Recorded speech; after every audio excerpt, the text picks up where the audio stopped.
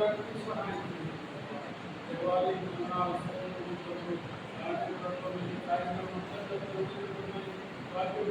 వాటి గురించి అందరినీ మీ ఆశీర్వదించి అభిషేకం చేస్తున్నా మంచి సిద్ధపాటు సండే స్కూల్ ప్రార్థిస్తున్నాం కూడా చక్కగా జరిగి ఇందులో పెరుగుతున్నటువంటి పిల్లలు ప్రభా తండ్రి నుంచి జ్ఞానంతో నుంచి మనసుతో మంచి ఆలోచనతో ఆయన వారిని మాటలో ఆయన తండ్రి వారిని పెరిగి కొత్తగానే ప్రభావాన్ని వాళ్ళు శుద్ధపరచండి ఆయన సండే స్కూల్ బోధిస్తున్న టీచర్స్ ప్రార్థిస్తున్నాం వారికి కూడా మీ జ్ఞానం ప్రభావ పిల్లలు ఏ విధంగా చక్కగా బోధించాలో కూడా వారికి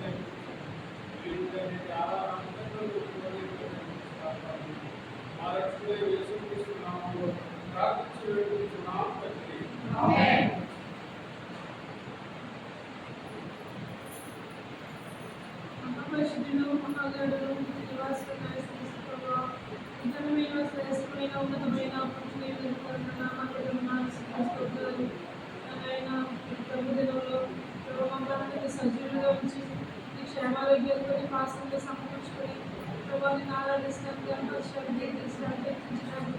ప్రభావి మనకి సమయాన్ని బట్టి నీకు ఆలోచిస్తారు ముందుగా మీరు ప్రేమించి భయపడి జ్ఞాపకం చేసుకోండి రావాల్సిన దీని ఆశీర్వాదం మీరు దయచేసి ప్రార్థిస్తున్నాను ప్రభావ ఇంకా రావాల్సిన వారిని ఏమంటున్నారు వాటిని కూడా మీరు జ్ఞాపకం చేసుకొని తోడ్పడండి సమయానికి ముందుకు వచ్చి అప్పటి వెళ్ళిపోవడానికి ప్రతి ఒక్కరిని ప్రేరేపించి ప్రార్థిస్తున్నారు ఎవరి మంత్రులు కూర్చున్న ఆశ వారి పరీక్షించకుండా సహాయం చేయండి ఎవరు సౌకర్యం వల్ల నమ్మకం వల్ల నిర్దేశం వల్ల వారి సన్నిధి కోపడుకుంటే మీరే సహాయం దయచేసి ప్రార్థిస్తాను వారి సన్నిధి యొక్క ప్రాముఖ్యత వారికి తెలియచేయండి నిజంగా ఎవరైనా వాళ్ళు ఉంటే వాళ్ళు కూడా మీరు స్వస్థపడి వారి మంత్రానికి నడిపించుకొని ప్రార్థిస్తున్నాను ఏదైనా జరుగుతున్న ఆరాధనలో వారిని నిర్దేశం పాటించండి రాజుగా ప్రభుత్వ దేవాలయంగా ఈ సింహాసనాశితులైతే ఈ ప్రభుత్వం మమ్మల్ని పడిపోతున్న ప్రార్థిస్తున్నాను మరి నారాయణ ప్రార్థించి చివరి వరకు నారాయణ కాపుదరికి భద్రత తెచ్చి చిత్రాంశాలుగా జరిగించి పడిపోతున్న ప్రార్థిస్తున్నాను మన పాటల వరకు పడిపోతుకొని అందులో ఒకే స్వరంతో దాని పాటలోనే అందరిని గ్రహించుకుంటూ పాఠాన్ని సహాయం చేయండి మీరు కాలాన్ని వర్తమానంలో మీరు తోడు ఉండండి ఎంత గొప్ప దేవుడులో మాకోసం మరి ఏమేమైతే చేశారో ఈ గొప్పతనాన్ని ఆయన బయలుపరుచుకుంటూ ప్రార్థిస్తున్నాను వాడుకొని పరిశుద్ధాత్మ శక్తి జ్ఞాపకం పిలిచి ఆత్మపూర్తిగా చేసి కేవలం ఈ నోటి దూరంగా వాడుకొని జీవవాకు బయలుదేరి ప్రార్థిస్తున్నాను ఆరాధన వర్తమానంలో వాళ్ళ వర్తమానంలో మీరు సహాయం చేయండి హృదయంకరంగా నేను తెలుసు వారికి రక్షణ వారికి కలిగించేబడి ప్రార్థిస్తున్నారు ఈ మాటలు ఎంతో బలమైనవి శక్తి వల్ల క్రియలను గౌరవించిన ప్రతిదీ సెట్ చేసే వాక్యం బట్టి వారి వాక్యం సరి చేసుకొని ఆత్మీయ రక్షింపబడి వారి దూరమైన వారిని ఇంకా వెనుకబడి జ్ఞాపకం చేసుకోండి సంతృప్తి ప్రార్థిస్తున్నాను నామోపాలని చూపి సరిచేయడం ప్రార్థిస్తున్నాను మాత్రం మనం బోధిస్తూ ఆత్మీయంగా మొత్తాన్ని స్థితిలో తీసుకుని వెళ్ళడానికి వాడుకుంటూ ప్రార్థిస్తారు సహాయం దయచేయండి ఆరాధించుతో సహాయం దయచేయండి మా జీవితంలో గొప్ప రక్షించాలి నాటులను ఆరాధిస్తూ నేర్పించుకుని ప్రార్థిస్తున్నారు పరిచయంలో కూడా మీరే సహాయం దయచేయండి బిడ్డలకు స్వాధీనంచుకొని వచ్చి బిడ్డకి ఏం నేర్పించాలి జ్ఞానం చెప్తున్నారు ప్రార్థిస్తున్నాను ఈ చివరి వరకు ఎక్కువడం ఉండండి అలా సమీపించుతో సహాయం దయచేయండి యోగ్యమైన రీతిలో మమ్మల్ని సరి చేసుకోవడానికి మీరు ఇంకా సమయాన్ని బట్టి అవకాశాలు బట్టి ఉన్నారు యోగ్యమైన ప్రభావాన్ని మీరు ఎక్కువ చూపిస్తున్నామని ప్రార్థిస్తున్నాను వాతావరణాన్ని సిస్టమ్ని మీ స్వాధీనంలో తెచ్చుకుంటూ ప్రార్థిస్తున్నాను అయా సహాయం దయచేయండి వివిధ ప్రభావాన్ని స్వాధీనంలో ప్రార్థిస్తున్నాను విజయనగరం పట్టణంలో జరిగిన ఆరాధన మన రాష్ట్ర ప్రదేశంలో ప్రపంచ జరుగుతున్న ఆరాధనంతకు మీ తోడు ప్రార్థిస్తున్నాను. మీ ప్రభుత్వం జరిగి ప్రతి ఒక్కరిని సభలో గడపడానికి నేర్పించండి. ప్రభావ అనేక చోట్ల ప్రభావ ఆరాధించుకోవడానికి అవకాశం లేదు. ప్రభావ ఎన్నెన్నో ఇబ్బందులు ఎదుర్కొంటున్నారు. ప్రభావ మత వ్యతిరేకులు అనేక మంది బయలుదేరుతున్నారు. ఎన్నెన్నో పన్నాగాలు పడుతున్నారు. అయ్యా వాటిని స్వాధీనం తెచ్చుకోండి. ఈ భయాన్ని వెళ్ళి వారు కలిగించినట్టు ప్రార్థిస్తున్నారు. ప్రతి ఒక్కరిని జ్ఞాపకం చేసుకొని భద్రపరచుకొని ప్రార్థిస్తున్నాను. కంట్రీస్లో వారిని ఆరాధిస్తున్నట్టు అవకాశం లేక ప్రాణాలను తెగించినట్టు ఆరాధిస్తున్నారు. అయ్యా వారిని జ్ఞాపకం చేసుకుని భద్రపరచండి. మీ సేవపైన వారిని భద్రపరచండి. అదే చోట పంపొచ్చి మీ సేవకుని జ్ఞాపకం చేసుకుని వారి ప్రాణాల వరకు పరిగణించి సకాలం కడుపు చేయకపోవడానికి వాహనాన్ని సిద్ధపరచమని కోరుకుంటూ ప్రార్థిస్తున్నాను. అయ్యా చూపించండి. దేవానికి వందనాలు స్తోత్రాలు చెల్లించుకుంటూ ఈ సమయాన్ని మీ హస్తాలను అప్పగించుకుంటూ మీరే దేశంలో ఉండి మమ్మల్ని నటించమని కొనుక్కోమని ఆ ప్రియ ప్రభు ఆలోచన తీసుకేస్తున్నాను. ఈ చిన్న మనం నీకే సమర్పిస్తున్నాను తండ్రి. మహాపరిషత్తులో మహాగణుల నుంచి నివాసంగా చేసుకోవా అయ్యా నేను వందనాలు స్తోత్రాలు చేస్తున్నాను. ఆయన ఉదయకాల సమయంలో ఆయన కుటుంబంగా కూడి ఆయన యొక్క ఆరాధించు ఆయన సంకోచాలను బట్టి వందనాలు చేస్తున్నాను. ఆయన ఈ దినాన్ని జరగబోయే ఆరాధనలో ఆయన మీ తోడే సహాయం దయచేయండి. పాటలో ఆరాధనలో ప్రవర్తమానంలో ఆయన మీ తోడే సహాయం దయచేయండి. ఆయన మీరు నడిపించండి. ఆయన అలాగే వచ్చేవారు జ్ఞాపకం చేసుకొని ఆయన వారి గుర్తించి క్షేమంగా చేరుకోవడానికి సహాయం దయచేయండి. ఆయన అలాగే ఆయన చెప్పినట్టు జ్ఞాపకం చేసుకొని ఆయన పంపిణీ వెళ్ళారు. ఆయన చేస్తున్న బాధ్యతలు ఆయన మీరే తోడే సహాయం దయచేయండి. మీరే నడిపించండి. ఆయన అలాగే సంఘిస్తుంది కూడా ఆయన మీ తోడే సహాయం దయచేయండి. వేస్తున్నామన్న ప్రార్థన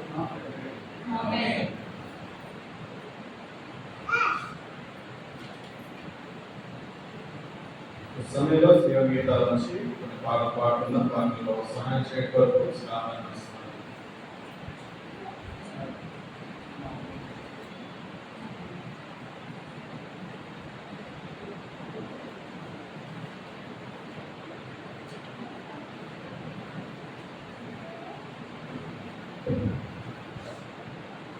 శివ గీతాల నుంచి పాట సంఖ్య 127, ఒక దాంట్లో పాత దాంట్లో 125.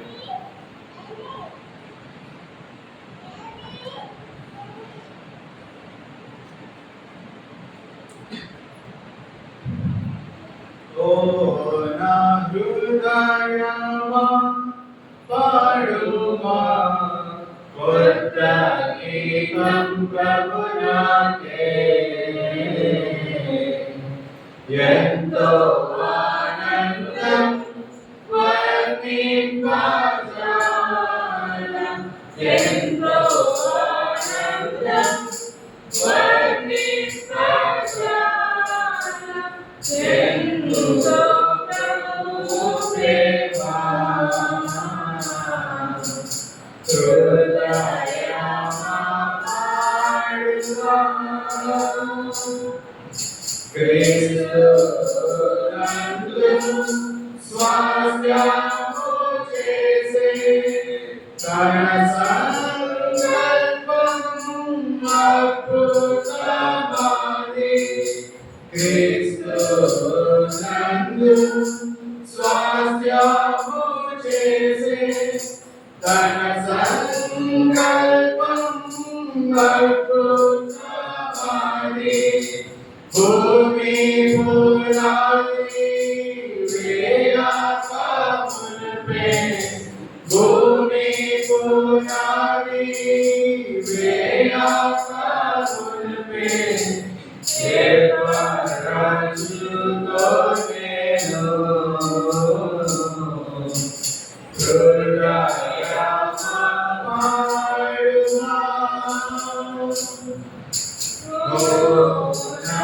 హృదయమా పాడుమా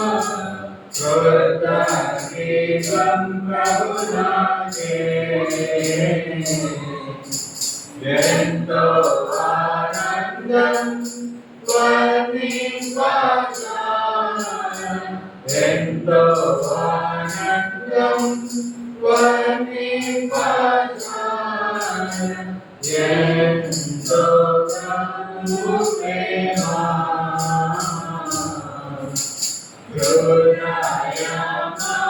హృదయమపాడుమా క్రీస్తు నందు నన్ను క్షమించి రక్తము రచి కడిగెను నన్ను క్రీస్తు నందు నన్ను క్షమించి రక్తము రచి కడిగెను నన్ను విడిపించి నన్ను నీతిగా తీర్చి విడిపించి నన్ను నీతిగా తీర్చి పవిత్రమయచేను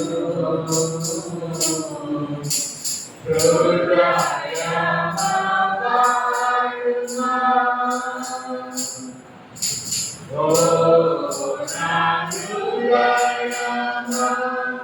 హృదయమపాడుమా కృతజ్ఞతం ప్రభునాకే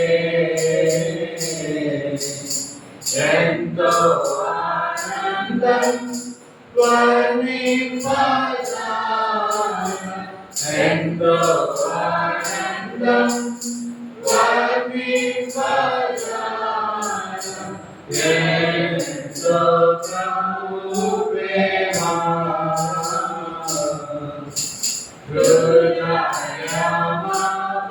హృదయమపాడుమా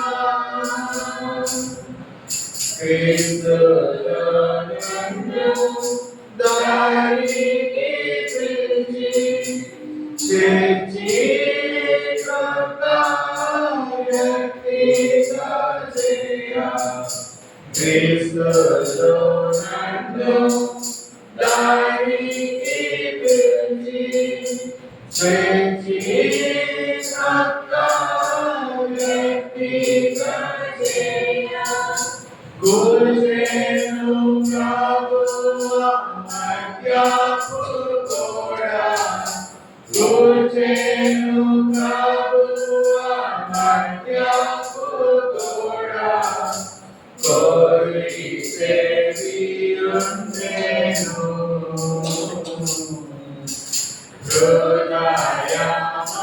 హృదయమపాడుమా ఓ నా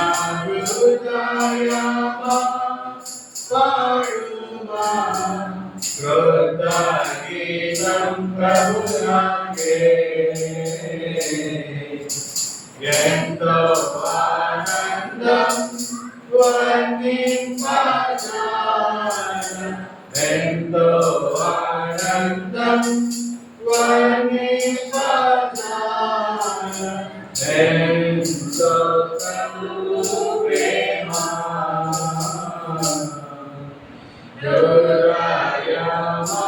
హృదయమపాడుమా క్రీస్తులో యున్న ఏ శిక్ష లేదు స్వాతంత్ర్యము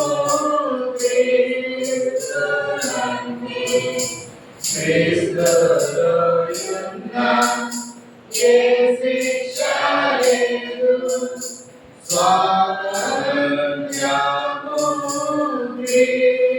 క్రీస్తునందే క్రీస్తే పరమున కూర్చుండబెట్టి క్రీస్తే పరమున కూర్చుండబెట్టి చోట సృష్టిగా చేసే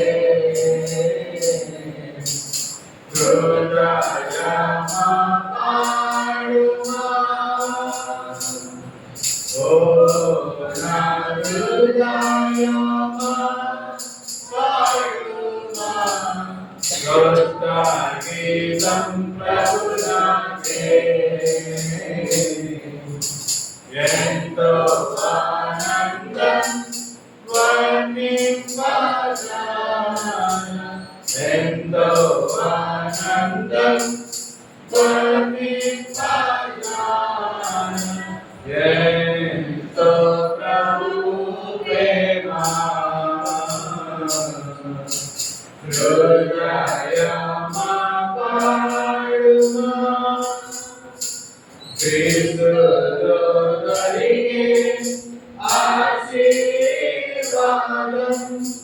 శాంతి ఆనందం దొరికేను మనకు క్రీస్తులో దొరికే ఆశీర్వాదం శాంతి ఆనందం దొరికేను మనకు క్రీస్తు మహిమా జయమునకై పిలిచే క్రీస్తు మహిమా జయమునకై పిలిచే హల్లెలూయా పాటలు హృదయమా పాడుమా ఓ నా హృదయమా పాడుమా కృతజ్ఞతం ప్రభునాకే ఎంతో ఆనందం వర్ణింపజాల ఎంతో ఆనందం వర్ణింపజాల ఎంతో ప్రభువు ప్రేమ హృదయమా పాడుమా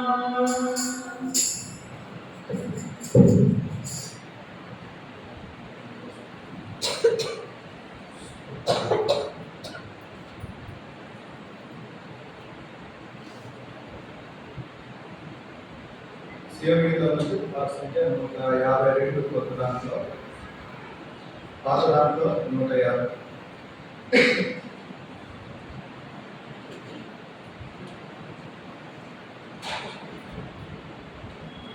నీ జల్లలు వృక్షపు నీడలలో నేనానంద పరితుడనైతి నీ జల్లలు వృక్షపు నీడలలో నేనానంద పరితుడనైతి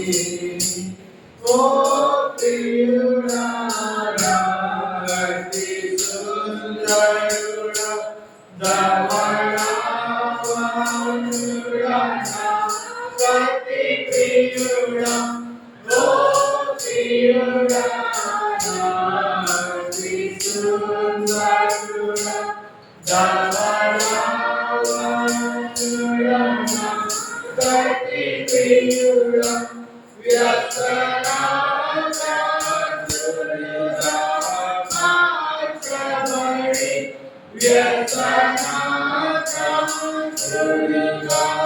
మార్చబడి నీ సొగసులు నాకు నొసగితివి.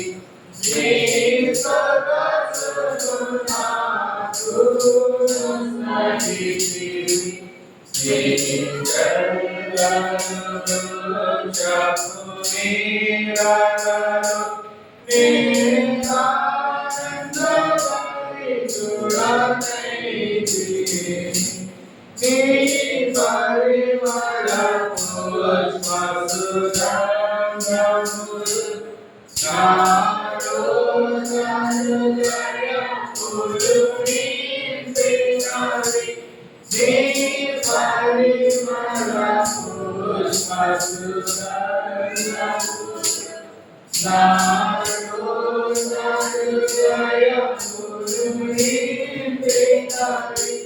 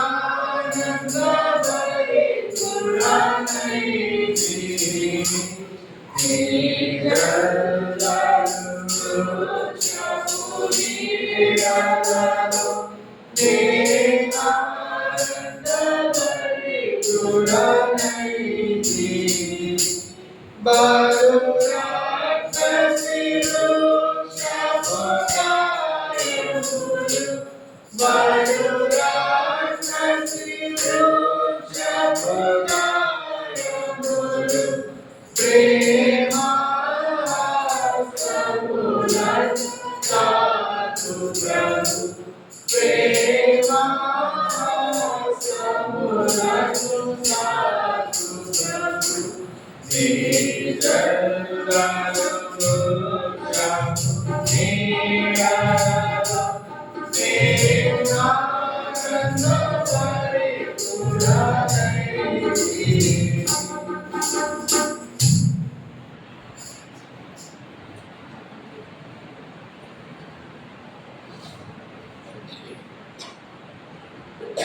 నుంచి పాట సంఖ్య 228 కొత్త దాంట్లో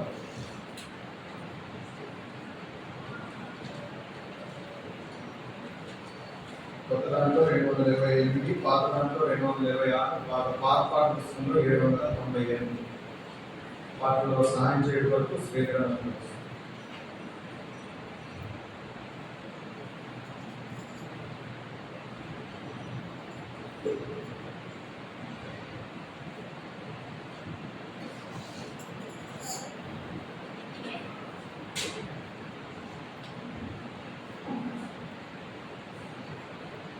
పాడెద దేవాని కృపను నూతన గీతములను స్తోత్రము చెల్లింతును స్తుతి స్తోత్రము చెల్లింతును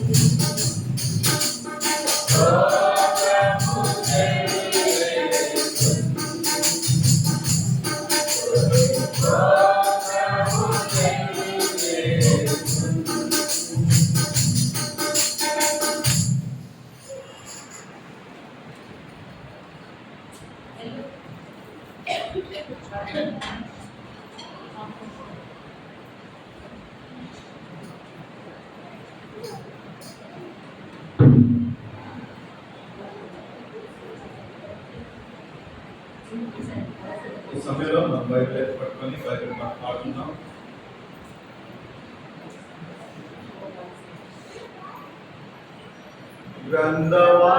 గ్రంథవాక్యనంబులన్నీ నాకి ప్రతి అధ్యాయము వచనము దాన దివ్య ప్రేమ వాక్యనంబులు గ్రంథవాక్యనంబులన్నీ నాకి.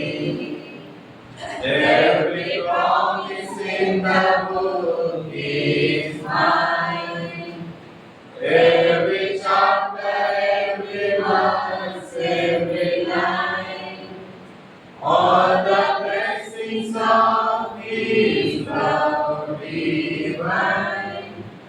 Every promise in the book is mine.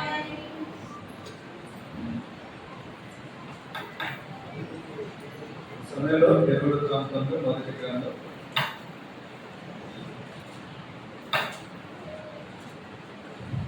దేవుడు గ్రంథంలో మొదటి గ్రంథం 29 16 వచనం 29 వచనం అందరం కలిపి చదువు. దేవుడు గ్రంథంలో మొదటి గ్రంథం 16 వచనం 29 వచనాన్ని అందరం కలిపి చదువు.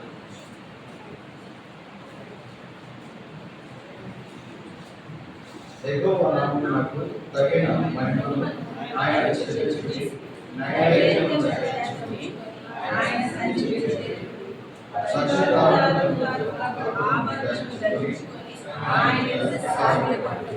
ప్రార్థన చేస్తాం. మహాపరిశుద్ధుడు మహాకరుణుడు శ్రీనివాసయ్య మా యేసు ప్రభా ఆయన మీకు లెక్కలేని వేల చేస్తున్నాను. దినాన్ని ఆరాధన కొరకు ఆయన మీరు ఇచ్చిన లేఖన భాగం బట్టి నేను మీ ద్వారా చేస్తున్నాను.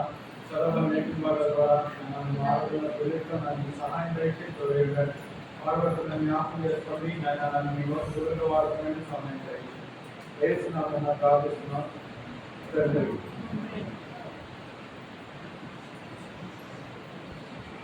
ఇక్కడ మనం చూస్తున్నాం కదా, యెహోవా నామమునకు తగిన మహిమను ఆయనకు చెల్లించుడి. యెహోవా నామానికి మనం తగిన మహిమను చెల్లించే వారంగా ఉంటాం. తగిన మహిమ అని అంటే మహిమల్లో ఏముంది డిఫరెన్స్ అంటే మనం చేసే ప్రతి దాంట్లో ఏముంది వేరియేషన్స్ ఉంటాయి, డిఫరెన్స్ ఉంటుంది. అంటే కొంతమంది ఎలా చేస్తారంటే పూర్ణ ఆత్మతో పూర్ణ సత్యంతో దేవుని ఆరాధించే వాళ్ళు కొంతమంది ఉంటారు. మనం ఆరాధించాలి కాబట్టి ఆరాధించాలి అనుకునే వాళ్ళు కొంతమంది ఉంటారు.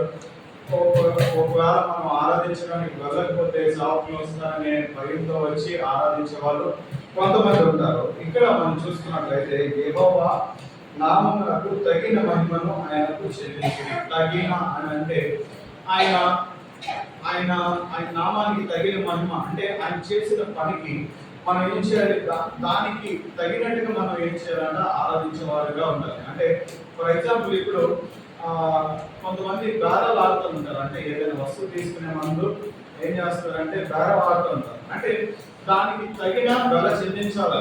అంటే ఇప్పుడు ఫర్ ఎగ్జాంపుల్ అది ప్రైస్ చాలా ఎక్కువ ఉంది. ఒక 1000 ఉన్న దాన్ని ఒక 10 రూపీస్ మనం అడగలేము. అంతే ఒక 1000 రూపాయలు వెల ఉన్నారంటే దాన్ని ఒక 10 రూపాయలు అడగలేము. కానీ ఇక్కడ చూసుకున్నట్లయితే అనేక మంది ఆరాధిస్తారు కానీ తగిన ఆరాధన ఉండదు. తగిన ఆరాధన ఉండదు. అంటే ఆయన చేసిన కార్యానికి తగినట్టుగా ఆరాధన మన జీవితంలో ఉండదు. ఏంటి ఆయన చేసిన కార్యము, ఏంటి ఆయన చేసిన పని అని మనం చూసుకున్నట్లయితే కీర్తనలు 65వ అధ్యాయం, కీర్తనలు 65వ అధ్యాయం 9వ వచనం చదవండి. నీవు భూమిని దర్శించి దాన్ని తడుపుచున్నావు, దానికి మహదైశ్వర్యం కలుగు చేయుచున్నావు. దేవుని నది నీళ్లతో నిండి ఉన్నది. నీవు భూమిని అట్లు సిద్ధపరిచిన తరువాత వారికి ధాన్యము దయచేయుచున్నావు. దాని దిక్కులను విస్తారమైన నీళ్లతో తడిపి దాని గనిమలను చదును చేయుచున్నావు. వానజల్లుల చేత దానిని పదును చేయుచున్నావు. అది మొలకెత్తగా నీవు దానిని ఆశీర్వదించుచున్నావు. సంవత్సరమును నీ దయాకిరీటము ధరింపజేసి ఉన్నావు. నీ జాడలు సారము వెదజల్లుచున్నవి. అడవి బీడులు సారము చిలకరించుచున్నవి. కొండలు ఆనందమును నడికట్టుగా ధరించుకొని ఉన్నవి. ఇక్కడ మనం కొన్ని విషయాలు మనం చూడొచ్చు. ఏంటి ఆ విషయాలను మనం చూసుకున్నట్లయితే నీవు భూమిని దర్శించి ఒక విధంగా చూసుకున్నట్లయితే భూమి ప్లేస్ లో మనమే ఉన్నాం అనుకోండి. భూమిని దర్శించడం, ఒక కల్టివేషన్ చేయడం అనేది చాలా కష్టమైన పని. అంటే వ్యవసాయం చేయడం అనేది చాలా కష్టమైన పని. అంటే ఇప్పుడు మామూలుగా చిన్నగా ఇప్పుడు గార్డెనింగ్ చేసుకుంటూ ఉంటారు ఇంట్లో. అది చిన్న పని అనుకుంటారు కానీ దాన్ని ఆ గార్డెనింగ్ చేయడం అనేది చాలా కష్టమైన పని. ఎందుకు చాలా కష్టమైన పని అని అంటే ఇక్కడ మనం కొన్ని విషయాలు మనం చూస్తున్నాము. నీవు భూమిని దర్శించి దానిని తడుపుచున్నావు. మొట్టమొదటిగా ఒక భూమి ఉన్నదంటే ఇప్పుడు ఫర్ ఎగ్జాంపుల్ మా ఇంటి వెనకాల చిన్న పెరడు ఉన్నది. దాంట్లో ఎప్పుడు కూడా ఒకే ప్లేస్ లో మొక్కలు వేస్తుంటాయి.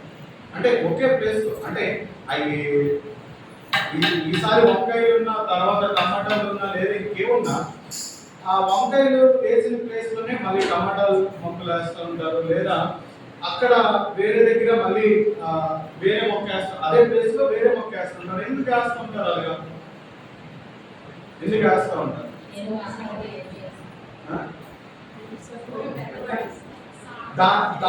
దాని ప్రాపర్ ఇక్కడ నీవు భూమిని దర్శించి మొట్టమొదటిగా కల్టివేషన్ చేసేవారు ఏం చేస్తారంటే ఎక్కడ వేస్తే మొక్క బాగా వస్తుంది అనేది చూస్తూ ఉంటారు. అంటే ఏ సాయిల్ ప్రాపర్. ఫర్ ఎగ్జాంపుల్ గా చూసుకున్నట్లయితే ప్రతి దగ్గర ఉండే విత్తనం ఒకటే. ఇక్కడ గోంగూరకి విలువ తక్కువ, గుంటూరు వైపు గోంగూరకి విలువ ఎక్కువ. గుంటూరు దాటి చీరాల అటు సైడ్ వెళ్ళేసరికి ఇసుక గోంగూర అంటారు. దానికి ఇంకా ఏంటంటే దాని టేస్ట్ వేరు, డిఫరెన్స్ ప్రతిదీ డిఫరెంట్ గానే ఉంటుంటది. ఇప్పుడు ఒక్కొక్క సాయిల్ లో పండే దానికి బట్టి దానికి ఏముంటుంది, వెల ఉంటూ ఉండాలి, విలువ ఉంటూ ఉండాలి. ఇక్కడ చూసుకున్నట్లయితే నీవు భూమిని దర్శించి, దేవుడు మన జీవితంలో చేసిన పని ఏంటంటే మనల్ని దర్శించాడు, కనుగొన్నాడు. ప్రాపర్ ప్లేస్ గా అంటే ఇప్పుడు ఒక పంట వేయడానికి ఎలా అయితే ఈ రైతు వెతుకుతా ఉంటాడో ప్లేస్ ని, అదే ప్రకారంగా దేవుడు ఏం చేశాడు, మొట్టమొదటిగా మనల్ని ఏం చేశాడు, దర్శించి. ఆయన దర్శించడం అని అంటే ఎలా దర్శించాడు? ఒకసారి అపోస్తలుల కార్యములు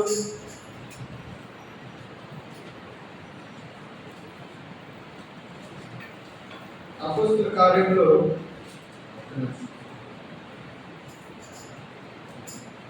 అపోస్తల కార్యములు 9వ అధ్యాయం 4వ వచనం చదవండి. అప్పుడు అతడు నేల మీద పడి సౌలా సౌలా నీవేళ నన్ను హింసించుచున్నావని తనతో ఒక స్వరము పలుకుగా వినెను. ప్రభువా నీవెవడవని అతడు అడుగగా ఆయన నేను నీవు హింసించుచున్న యేసును లేచి పట్టణంలోనికి వెళ్ళుము, అక్కడ నీవు ఏమి చేయవలనో అది నీకు తెలుపబడుతుందని చెప్పాను. ఇక్కడ మనం కొన్ని విషయాలు చూడవచ్చు. ఏంటి అని చూసుకున్నట్లయితే సౌలుకి దేవుని దర్శనం లేకపోతే, దేవుడు కనపడకపోతే, ఆయన్ని ఫైండ్ అవుట్ చేయకపోతే ఏమైపోయేది, ఆయన పరిస్థితి ఎంతో దుర్మార్గం అయిపోయేవాడు, లేదంటే దేవుని ప్రజల్ని ఎంతో హింసించేటువంటి వాడుగా ఉండేవాడు. కానీ ఇక్కడ చూసుకున్నట్లయితే మొట్టమొదటిగా ఆయన చేసిన పని ఏంటంటే దర్శించడం ద్వారా ఏమైంది అని చూసుకున్నట్లయితే సౌలు జీవితమే మారిపోతుంది. ఆ కింద వచనాల్లో చూస్తే ఆయన ఎంతో చక్కగా దేవుడిని వెంబడించేవాడు ఉంటాడు. ఇంకా తర్వాత చూసుకున్నట్లయితే ఆయన ఎన్నో సంఘాలని బలపరిచేవాడుగా ఉంటాడు. ఇక్కడ కూడా చూసుకున్నట్లయితే ఆయన ఏం చేస్తాడు, మొట్టమొదటిగా మనల్ని దర్శించాడు. మనల్ని ఎలాగైనా రక్షించాలని చెప్పి ఆయన ఏం చేస్తాడు, మనల్ని రక్షిస్తూ ఉన్నాడు. ఇక్కడ ఆ రెండో పాటలో చూసుకున్నట్లయితే దాని తడుపుషు అంటే ఆ దేవుని ప్రేమను ఏం చేస్తున్నాడు, ఆ తడపడం అంటే మన పట్ల దేవుని ప్రేమను చూపిస్తూ మనల్ని దర్శిస్తే ఏం చేస్తున్నాడు, ఆయన వైపు తిప్పుకున్నట్టుగా మనం చూస్తున్నాము. ఆ 10వ వచనంలో మనం చూసుకున్నట్లయితే దాని దుఃఖలను విస్తారమైన నీళ్లతో తడిపి దాని గరిమలను చదును చేయించున్నావు. ఆయన ఏం చేస్తున్నాడు అని మనం చూసుకున్నట్లయితే దుఃఖం అంటే మన జీవితంలో ఏవైతే అప్ అండ్ డౌన్స్ ఉంటాయో, ఏవైతే ఎత్తు పల్లాలు ఉంటాయో, ఎక్కడికైతే ఫర్ ఎగ్జాంపుల్ ఇప్పుడు ఒక దగ్గర నీళ్లు పడితే ఏమవుతుంది, అప్పుడు ఎత్తు ఉన్న దగ్గర ఏమవుతానికి నీళ్లు అందదు. అందుకని ఏం చేస్తారంటే మనల్ని ప్రాపర్గా చదువు చేసేవాడు ఉన్నాడు. ప్రాపర్గా చదువు చేయడం అంటే మన పాపములన్నింటినీ తీసేటువంటి వాడుగా ఉన్నట్టుగా మనం చూస్తున్నాం. ఇక్కడ అపోస్తల కార్యాలను చూసుకున్నట్లయితే ఆ అపోస్తలైన పౌలు ఒక దగ్గర ఒక మాట అంటాడు. ఏమని చెప్తాడు, ఆయన చెప్పే సాక్షిలో పూర్వము నేను హింసకుడును దూషకుడును హానికరుడైనా నన్ను ఆయన ఏం చేశాడంటే ఆయన పని కొరకు నన్ను వాడుకుంటున్నాడని గొప్ప సాక్షి చెప్తూ ఉన్నాడు. మన పరిస్థితి కూడా అంతే. ఒకప్పుడు భయంకరమైన పాపలు ఉండేటువంటి వారము, ఇష్టానుసారంగా జీవించేటువంటి వారము, మనకి నచ్చినట్లు మనం ఉండేటువంటి వారము, దేవునికి ఏ మాత్రం కూడా ఇష్టం కానటువంటి వారంగా ఉన్నటువంటి వారు ఉన్నాం. అలాంటి వారమైన మనల్ని ఏం చేశాడు అని మనం చూసుకున్నట్లయితే ఆయన మొట్టమొదటిగా మనల్ని దర్శించాడు. ఇంకా ఏం చేశాడంటే మనలో మనకు గరిమలను చదువు చేసిన వాడికి ఉన్నట్టుగా మనం చూస్తున్నాము. ఇంకా మనం చూసుకున్నట్లయితే వాన జల్లు చేత దానిని పదును చేయుచున్నావు. వాన జల్లు చేత ఏం చేస్తున్నాడు, ఆయన మనల్ని పదును చేస్తూ ఉన్నాడు. అంటే పదును చేయడం అంటే మెత్తగా చేయడం. మన హృదయం ఒకప్పుడు రాతి గుండెను కూడా ఏం చేస్తాడు, ఆయన మాంసపు గుండెగా మార్చేవాడుగా ఉంటున్నట్టుగా మనం చూస్తున్నాం. ఎంతో భయంకరమైన క్రూరులు ఈ దినాన్ని ఏం చేస్తున్నారు, దేవుడి పరిచయ కొరకు వాడబడుతూ ఉన్నారు. దేవుడి సేవకులుగా ఉన్నటువంటి వారుగా ఉన్నట్టుగా మనం చూస్తున్నాం. ఒక విధంగా చూసుకున్నట్లయితే క్రైస్తవంలో ఉన్న ప్రతి ఒక్కరు కూడా ఒకప్పుడు భయంకరమైన పాపులే, భయంకరమైన క్రూరులే. ఒక విధంగా చూసుకున్నట్లయితే రాతి గుండె ఉన్నటువంటి వారు, అలాంటి వారిని ఏం చేస్తున్నాడు ఆయన, ఆ గుండె తీసి మాంసపు గుండెను పెట్టేటువంటి వారిగా ఉన్నట్టుగా మనం చూస్తున్నాం కదా. వాన జల్లు చేత దానిని పదును చేస్తున్నాం.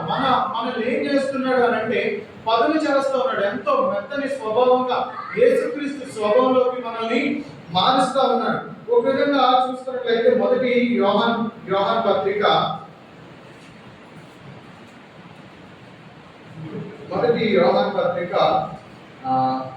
8వ వచనం చదవండి. మొదటి అధ్యాయం. మనము పాపము లేని వారమని చెప్పుకొని ఎడలా మనల్ని మనమే మోసపుచ్చుకొనుము, మరియు మనలో సత్యం ఉండదు. చాలు, మనము పాపం లేని వారమని చెప్పుకొని ఎడలా మనల్ని మనమే మోసపుచ్చుకుంటాము. మనం పాపం లేదు అని చెప్పుకున్నట్లయితే ఏంటంటే మనమే మోసపుచ్చుకున్నటువంటి వారంగా ఉన్నట్టుగా మనం చూస్తున్నాం. ఆ 10వ వచనం చదవండి. 7వ వచనం. అయితే ఆయన వెలుగులో ఉన్న ప్రకారము మనమును వెలుగులో నడిచిన ఎడల మనము అన్యోన్య సహవాసము గల వారమై ఉందుము. అప్పుడు ఆయన కుమారుడైన పలుకుగా చేయును. ఇక్కడ మనం చూసుకున్నట్లయితే ఏ అర్హత లేనటువంటి మనల్ని, ఏ యోగ్యత లేనటువంటి మనల్ని, రాతి గుండైనటువంటి మనల్ని, లేదా భయంకరమైన పాపంలో జీవిస్తున్నటువంటి మనల్ని, సౌలు జీవితం ఎలా అయితే ఉందో అదే ప్రకారంగా ఒకప్పుడు ఉండేవారు. అంటే పూర్వము దూషకుడును, హింసకుడును, హానికరుడు, అంటే దేవుని దూషించేటువంటి వారంగా, దేవుని ప్రజల్ని హింసించేటువంటి వారంగా, హానికరంగా ఉన్నటువంటి వారిని మనల్ని ఏం చేస్తున్నాడు అని మనం చూసుకున్నట్లయితే, అయితే ఆయన వెలుగులో ఉన్న ప్రకారము మనమును వెలుగులో నడిచిన కదా మనము అన్యోన్య సహవాసము గలవారమై ఉందము. ఆయన వెలుగులో ఉన్న ప్రకారం కూడా మనం కూడా ఏంటంటే ఆయన వెలుగులో నడిస్తే ఏంటంటే అన్యోన్య సహవాసం గలవారమై, అంటే మన సహవాసం ఎవరితో అయింది? ఇప్పుడు ఈ దేవుడితో అయినట్టుగా మనం చూస్తున్నాం. అంటే దేవునికి మనకి ఏ పొంతన లేదు. ఆయన బిహేవియర్ కి మన బిహేవియర్ కి, ఆయన క్యారెక్టర్ కి మన క్యారెక్టర్ కి ఏ పొంతన లేదు. కానీ ఏమైంది? సహవాసము ఆయనతో ఉన్నారు. ఎలా ఉన్నది అని అంటే ఆయన దుక్కు దున్నడం ద్వారా, ఆయన మనల్ని ఫైండ్ అవుట్ చేయడం ద్వారా, మనల్ని చదువు చేయడం ద్వారా, మనల్ని పదును చేయడం ద్వారా ఏమవుతుంది అని అంటే మనం క్రీస్తులో ఆయనతో పాటు సహవాసం కలిగి ఉన్నట్టుగా మనం చూస్తూ ఉన్నాము. మనం చూసుకున్నట్లయితే ఆ కింద వచనంలో కింద లైన్ లో మనం చూసుకున్నట్లయితే, అప్పుడు ఆయన కుమారుడైన యేసు రక్తము ప్రతి పాపం నుండి మనలను పవిత్రులుగా చేయును. అప్పుడు ఆయన కుమారుడైన యేసు రక్తము ప్రతి పాపం నుండి మనల్ని ఏం చేస్తుందంట? పవిత్రులుగా చేస్తాము. అంటే ఇప్పుడు మనం చూసుకోవచ్చు ఆయన ఇచ్చిన వెల ఏంటి? ఆయన ఇచ్చిన వెల యేసుక్రీస్తు రక్తము. దానికి మనం వెల కట్టలేనటువంటి వాడు, కట్టలేము. ఎందుకంటే ఒక మనిషి రక్తము మన కొరకు చిందించాడు, మన పాపల కొరకు చిందించాడు అంటే దానికి వెల ఎలా కట్టగలము? అందుకనే ఇక్కడ మనం చూస్తాము దినవృత్తాంతములు 1వ గ్రంథం 29వ వచనంలో మనం చూస్తున్నట్లయితే, యెహోవా నామమునకు తగిన మహిమను ఆయనకు చెల్లించుడి. దేవుడి నామానికి ఏం చేయాలంట? తగిన మహిమను చెల్లించే వారు ఉండాలి. ఏదో సరదాగా వచ్చి ఆరాధించడం కాదు, లేదా ఆచరణ ప్రకారంగా వచ్చి ఆరాధించడం కాదు.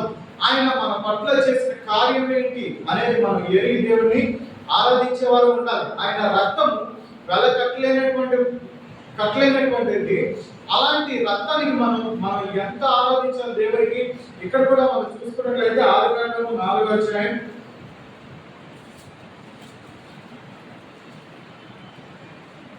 ఆదికాండం 4వ అధ్యాయం 3-4 వచనాలు చదవండి. కొంతకాలమైన తరువాత కయీను పొలము పంటలో కొంత యెహోవాకు అర్పణగా తెచ్చెను. హేబెలు కూడా తన మందలో తొలిచూలున పుట్టిన వాటిలో క్రొవ్విన వాటిని కొన్ని తెచ్చెను. యెహోవా హేబెలును అతని అర్పణను లక్ష్య పెట్టెను, కయీనును అతని అర్పణను ఆయన లక్ష్య పెట్టలేదు. ఇక్కడ మనం చూసుకున్నట్లయితే కొంతకాలమైన తర్వాత కయీను పొలం పంటలో కొంత యెహోవాకు అర్పణగా తెచ్చాను. ఇక్కడ కయీను హేబెలు వీరిద్దరు ఏం చేస్తున్నారు అని మనం చూసుకున్నట్లయితే అర్పణ తీసుకొని వస్తున్నారు. ఈ కయీను ఏం చేశాడు? పొలం పంటలో కొంత తీసుకుని వచ్చాడు. ఇక్కడ హేబెలు గురించి చూసుకున్నట్లయితే హేబెలు కూడా తన మందలో తొలిచూలును పుట్టిన వాటిలో కొట్టిన వాటిని కొన్ని తెచ్చాడు. ఇక్కడ చూసుకున్నట్లయితే హేబెలు ఏం చేశాడంట? తన మందలో ఈ తొలిచూలు పుట్టిన వాటిని, దాంట్లో మళ్ళీ ఏంటంట రొబ్బిన వాటిని ఏం చేశాడు? దేవునికి అర్పణగా తీసుకొచ్చినట్టుగా మనం చూస్తున్నాము. ఇక్కడ చూసినట్లయితే యెహోవా హేబెలును అతని అర్పణను లక్ష్య పెట్టాను. హేబెలు అర్పణను లక్ష్య పెట్టినట్టుగా మనం చూస్తున్నాం. ఎందుకు అని అంటే ఇక్కడ వీళ్ళు ఇచ్చే అర్పణలో ఏముంది? డిఫరెన్స్ ఉంది. ఇక్కడ కయీను ఏం చేయలేదు అని అంటే ఇచ్చిన అర్పణ తగిన అర్పణగా లేదు. తగిన అర్పణ అంటే ఆయనకి సరిపోయేటువంటి ఆరాధన ఏం చేయలేదు. ఇక్కడ కయీను చేయలేదు. హేబెలు చూసుకున్నట్లయితే ఆయన ఏం చేస్తున్నాడంట? మందలో తొలిచూలు పుట్టిన వాటిలో కొవ్విన వాటిని కొన్ని తెచ్చాను. ఆయన ఏం చేశాడు అని అంటే దేవునికి ఇచ్చింది ఏం చేయాలంట? శ్రేష్టమైనది ఇవ్వాలి. ఆయన ఏం చేశాడు? ఇక్కడ దేవుడు ఎలా అయితే మనల్ని ఫైండ్ అవుట్ చేశాడో అదే ప్రకారంగా ఏం చేస్తున్నాడు ఈ హేబెలు? తన మందలో ఏదైతే శ్రేష్టమైన బలమైనదిగా ఉందో, ఏదైతే మంచి బలంగా ఉందో, ఏదైతే మంచి ఫ్యాటీగా ఉందో దాన్ని ఏం చేశాడు, దేవునికి అర్పణగా తీసుకొచ్చాడు. అంటే ఇక్కడ మనం చూసుకోవచ్చు, మనం వస్తున్నాము, దేవునికి ఆరాధిస్తున్నాము, వారు దేవుని మందిరానికి వస్తున్నాము, కానీ ఆ అర్పణ దేవునికి రీచ్ అవుతుందా లేదా అనేది మనం ఏం చేయాలి, చూసుకోవాలి. ఎందుకంటే ఏదో రెక్లెస్ గా ఆరాధించడం కాదు, కానీ లేదంటే ఏదో మనం చెయ్యాలి కాబట్టి ఆరాధించడం కాదు, కానీ ఇక్కడ మనం చూసుకున్నట్లయితే దినవృత్తాంతులు మొదటి గ్రంథం 16వ అధ్యాయం 29వ వచనంలో మనం చూస్తున్నాం కదా, యెహోవా నామమునకు తగిన మహిమను ఆయనకు చెల్లించుడి. మనం చేసే ప్రతి పని కూడా ఏంటి, ఎలా ఉండాలంటే దేవునికి తగినట్టుగా ఉండాలి. తగినట్టుగా అంటే ఆయన మన పట్ల చేసిన కార్యానికి తగినట్టుగా ఉండాలి. ఇంక ఇప్పుడు ఈ కింద వచనాల్లో మనం చూసుకున్నట్లయితే నైవేద్యములు చేత పట్టుకొని ఆయన సన్నిధిని చేరుడి. మనం ఎక్కడ ఆరాధించాలి అని మనం చూసుకున్నట్లయితే ఆయన సన్నిధిలో ఆరాధించే వారితో ఉండాలి. ఇంకా మనం చూసుకున్నట్లయితే పరిశుద్ధ అలంకారములకు ఆభరణములను ధరించుకొని ఆయన ఎదుట సాగిలపడుడి. మనం ఎలా దేవుని దగ్గర సాగిలపడాలి అని మనం చూసుకున్నట్లయితే పరిశుద్ధ అలంకారంగా, అంటే ఎంతో పరిశుద్ధంగా వచ్చి దేవునికి మనం ఆరాధించే వారు ఉండాలి. ఇక్కడ మనం చూసుకున్నట్లయితే ఈ కయ్యను పరిస్థితి ఏం లేదంటే, అక్కడ ఆయన మనసు పరిశుద్ధంగా లేదు. దేవునికి ఇచ్చేటప్పుడు ఆయన మనసు ఎలా అయిపోయిందంటే పాడైపోయినట్టుగా మనం చూడవచ్చు. ఎందుకు పాడైపోయింది అని అంటే, ఆయనకి ఇవ్వాలన్న మనసే లేదు. దేవునికి ఇవ్వాలన్న మనసే లేదు, ఏదో ఫోర్స్ఫుల్ గా వచ్చినట్టుగా ఉన్నాడు. అందుకని అక్కడ ఏం చేయలేదు, దేవుడు కయ్యన అర్పణను లక్ష్య పెట్టలేదు. ఇప్పుడు 30వ వచనంలో చూసుకున్నట్లయితే భూజనుల ఆయన సన్నిధిని వణుకుడి, అప్పుడు భూలోకము కదలకుండును. మన దేవుని సన్నిధిలో ఎప్పుడైతే వణుకుతా ఉంటామో, అంటే దేవునికి ఎప్పుడైతే భయపడతా, దేవుని భయం ఎప్పుడైతే మన జీవితంలో ఉంటుందో అప్పుడు ఏమవుతుందంట, భూలోకము కదలకుండును. అంటే ఏ కీడు ఏ అపాయం రాకుండా ఉంటుందని మనం చూస్తాం. ఎప్పుడైతే మనం దేవుని భయాన్ని కోల్పోతామో ఏమైపోతుంది మన పరిస్థితి, ఎంతో ఒడిదుడుకులు వచ్చేటువంటిగా ఉంటాయి.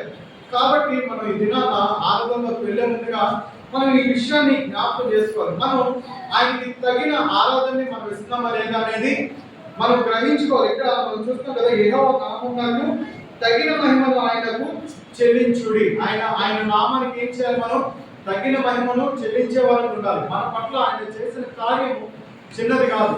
ఒక విధంగా చూసుకున్నట్లయితే భయంకరమైన పాపంలో ఉండే మన కొరకు ఏం చేశాడు, ఆయన రక్తాన్ని చిందించాడు. సింపుల్ గా చెప్తున్నా ఒక తండ్రి ఏం చేయడు పిల్లల కోసం తన ప్రాణాన్ని ఇవ్వలేడు, అంతే కదా. ఇప్పుడు ఏదో ఆ ఫైనాన్షియల్ సపోర్ట్ ఏమైనా చేయగలరు, లేదంటే ఇంకేదైనా చేయగలరు, కానీ పిల్లల కోసం ఏం చేయలేరు.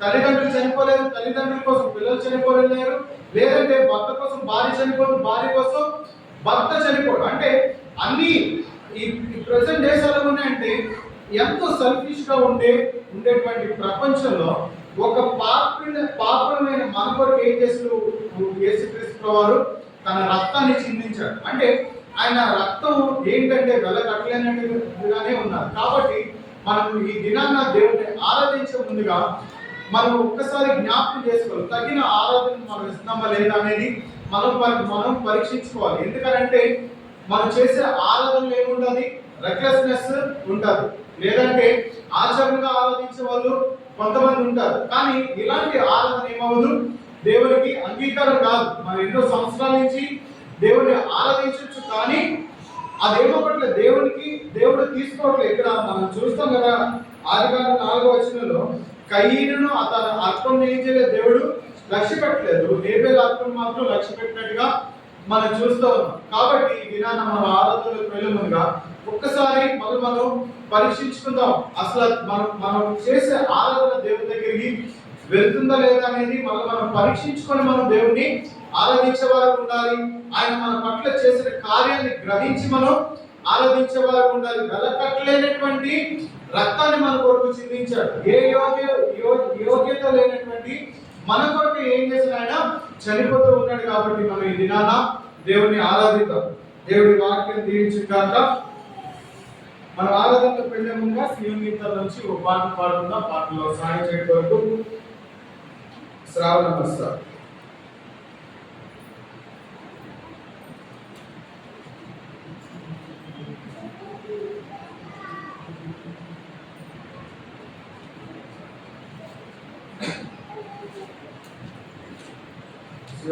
నుంచి పాట సంఖ్య 54.